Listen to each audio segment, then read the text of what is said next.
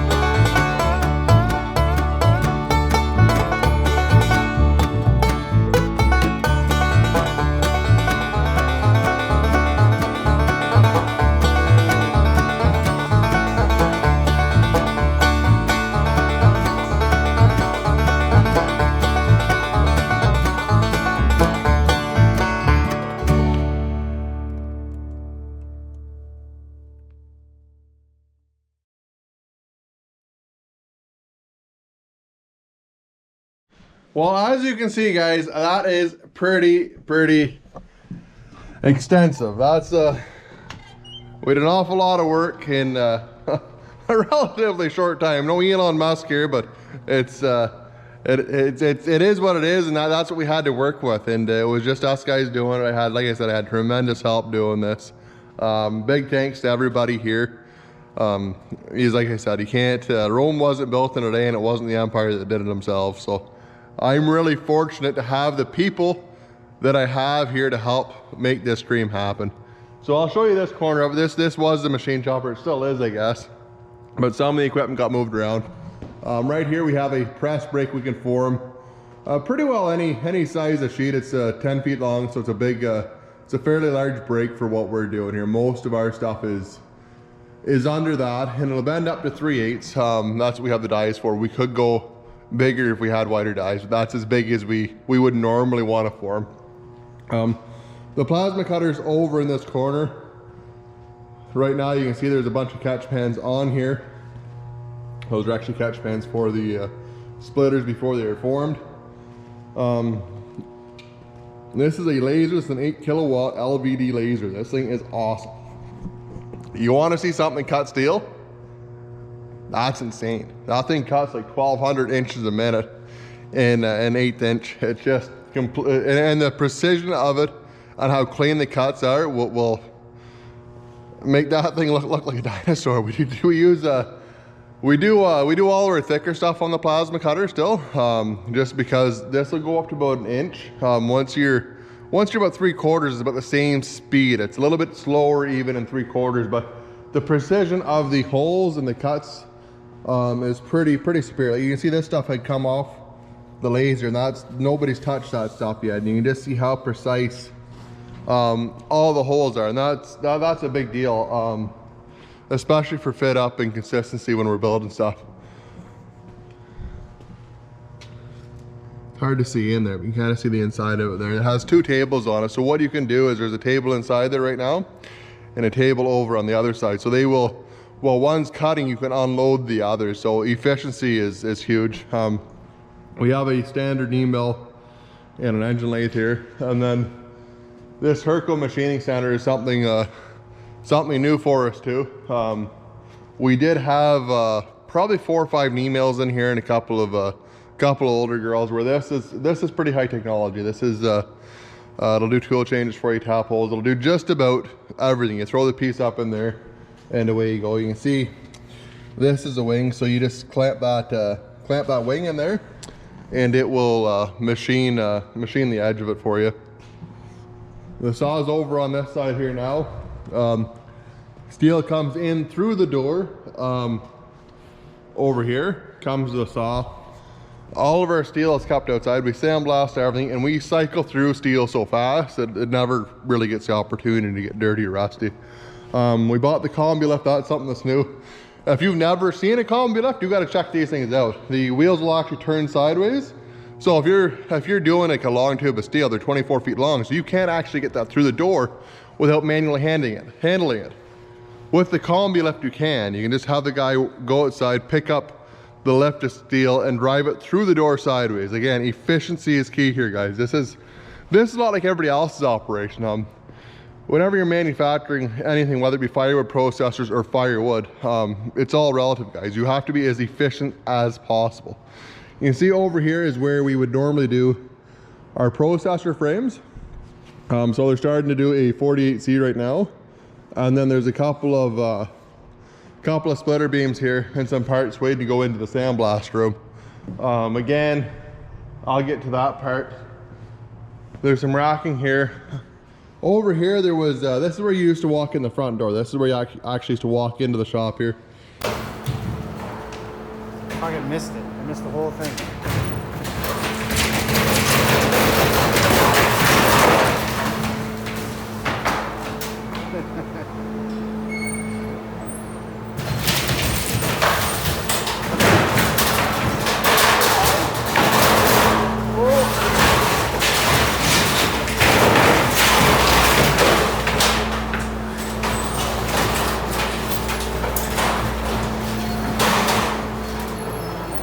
Actually, it was pretty quick.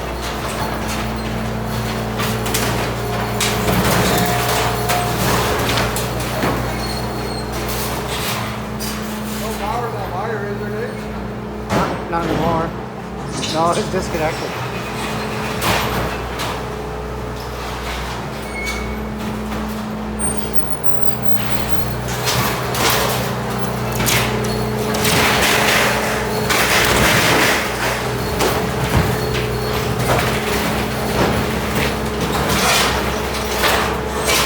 You can see where all the walls were in here. This used to be a cinder block wall.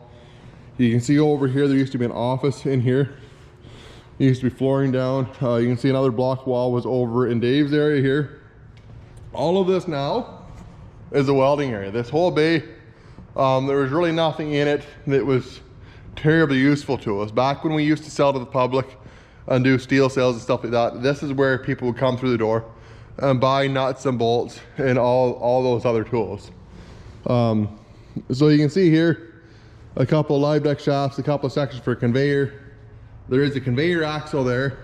And you can see just how this is set up now too. There's overhead cranes, 2 bridges on each crane, and there is 4 cranes in the building. We haven't got the one up over top of the machine shop yet.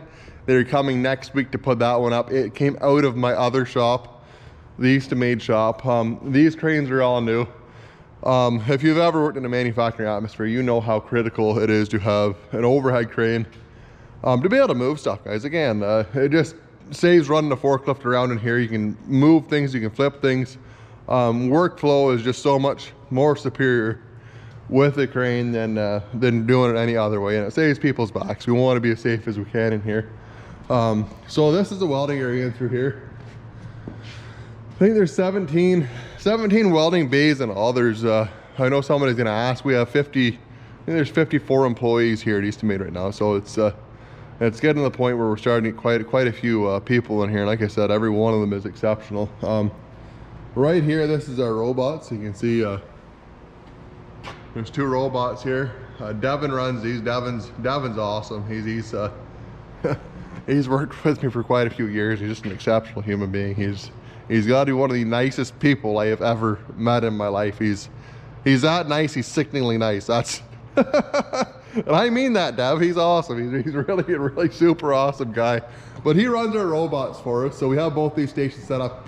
They are running now. A lot of our heavier welding is what we do with the robots: pushers, wedges, stuff like that, or anything that's easier to fixture. Like you can see, we have a jack leg there.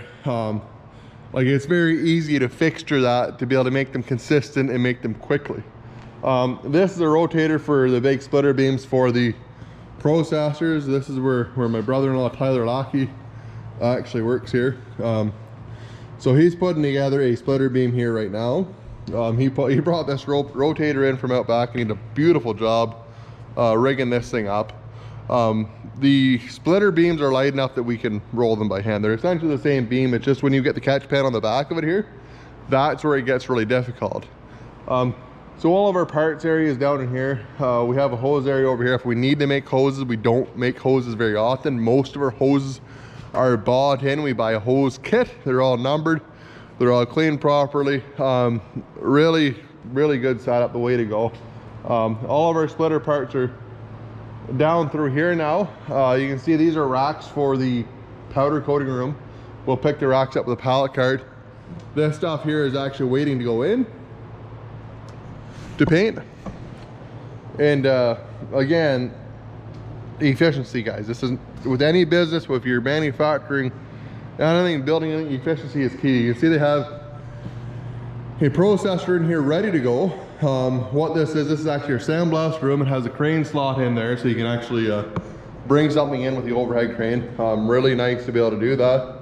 And then all of the media goes down into that auger. It gets cleaned, it goes back up through it and comes back in. Sandblasting is the key to this. I know some companies do it, some companies don't. You'll see it in powder coat when you hit it, like it'll flake really easily. It has been properly prepped. With this here, with this media that we have, the finish will sometimes come out a little bit rougher, just because we want to have a really rough blast on it. You can see the media here. It's actually, oh, excuse me. It's actually steel grit is what it is. So this media here will actually recycle over and over and over and over again. I think they say there's 2,000 uses out of this media.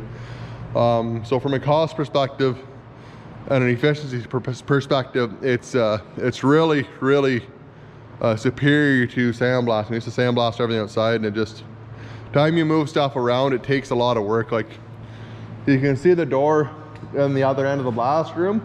So they build the processors on the one side, and they'll shove them through, and then that's where they get assembled. So they have to go in and out a couple of steps here. This here is the powder coating booth. This is where they spray the powder. You can see the powder on the floor there. This is a superior way to paint. As far as I know, we are the only company that building big processors that are powder coating them. This, if you want to have your investment last for you guys, this is the way to do it. Powder coat is far superior to liquid paint. I don't care what anybody says. I've done it both ways, lots of it, and I'll tell you, this is the way to go. You've never seen powder. There's a box of orange powder there, and that's exactly what it is, guys. It's literally just powder, and it sprays on, and it's electrostatic. So something electrostatic, that's another key part of this, is that it is electrostatic. So if you're gonna paint, say this axle frame, if you cover this one side of it, it will cover both sides of it. Or if you're doing something like these grates, if you spray it on there, it'll cover both sides of that.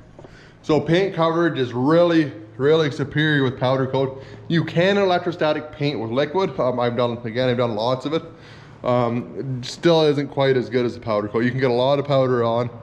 It's durable. It stays really, really well. The next step to the paint process here is the oven. So this is a load of stuff that's in the oven right now. We can fit, if you really wanted to squeeze, you could probably fit about 8 of those racks in there.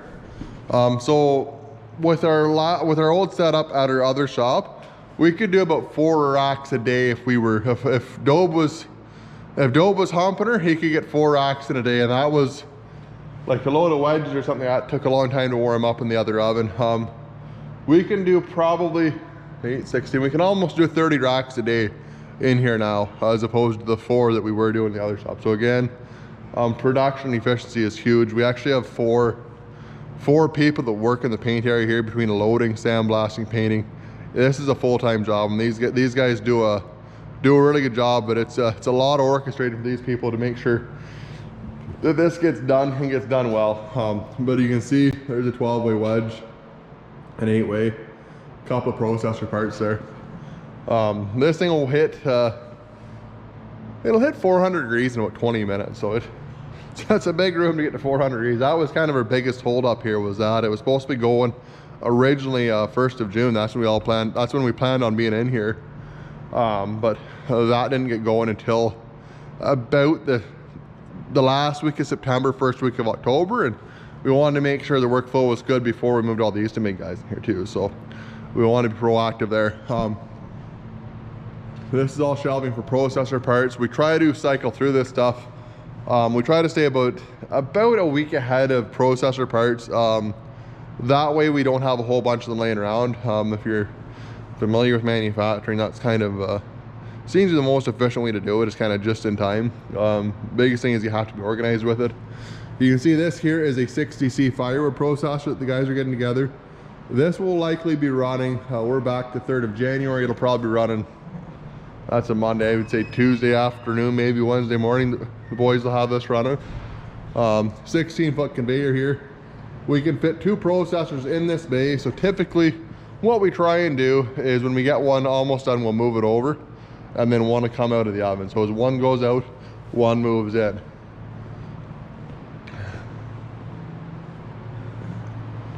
And again, overhead crane there, overhead crane here. And this is where the splitters get put together. You can see there's 2 1222s there. There's one here, one there, and there's an axis here.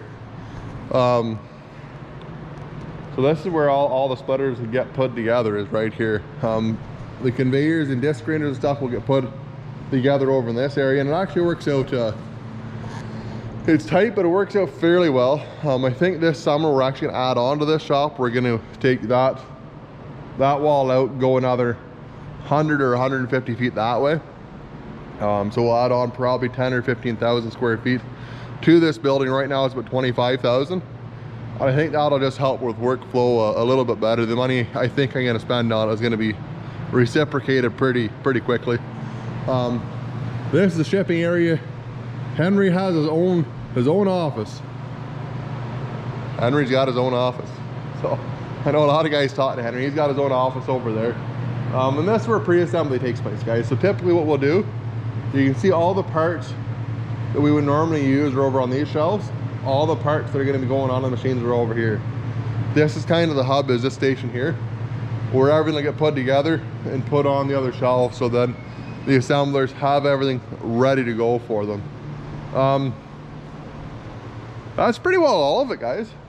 Like I said, it's been a pretty extensive project. Like most of this area here didn't exist before. It was all plugged up with office space and other stuff that was in there, and we pulled all that out and opened that right up. So we pretty well gained another third of the shop doing this project. And like I said, it was a pretty extensive project. We invested a lot of money into this to make sure it goes, and we're really happy with it. It's turned out. We're really gaining ground here and getting ahead.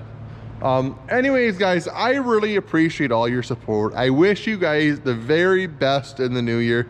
If you haven't done so yet, make sure you hit that like and subscribe button on the bottom there, so I can keep you in the loop of what's going on here at Eastonmade. And take care, guys. Thanks for everything.